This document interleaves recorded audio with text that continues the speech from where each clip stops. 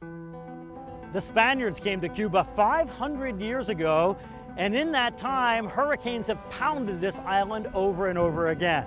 But for the last few decades, the voice and the face of hurricanes in Cuba has been Dr. Jose Rubiera. Jose has been explaining the weather on Cuban television for 33 years. Today, he's respected inside and outside the country as the director of Cuba's Meteorological Institute. But when he first went on the air, mixing meteorology and television was a new idea here. I started because I thought that the weatherman, meteorologist, should be on TV to talk directly to the people. At that time, it was not that way. But now, generations of Cubans have grown up watching Jose Rubiera, and he's earned their trust with his straight-to-the-point hurricane coverage designed to inform and educate, and especially to keep his people safe. We just try to be plain in our words, very clear, concise, and people understand what we say, people knows what they have to do. Jose and his team of meteorologists have a strong relationship with the National Hurricane Center in Miami, sharing critical data when a hurricane threatens.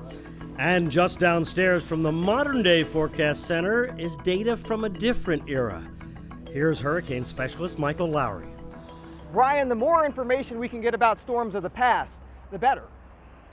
Here in the heart of the Cuban meteorological complex known as Casablanca is the country's meteorology archives, full of weather maps with detailed data on hurricanes going back to the early 20th century. I think that there's few nations in our hemisphere, maybe only the United States, have a set of those old books. When these weather maps were drawn by hand, Cuban meteorologists were among the most experienced in the world at forecasting hurricanes, a legacy we benefit from today as we verify our modern science by reanalyzing past storms using this high-quality data. It's fascinating to compare Cuban analyses of the great hurricanes of the first half of the 20th century with those done by the U.S. Weather Bureau. In this case, more information is definitely better, Brian. Thanks, Michael. The equipment here in Cuba is not the latest or the fanciest, but the meteorologists we've talked to are very knowledgeable and the science is very sophisticated, which is a good thing because many of the hurricanes that come to the U.S. come this way first.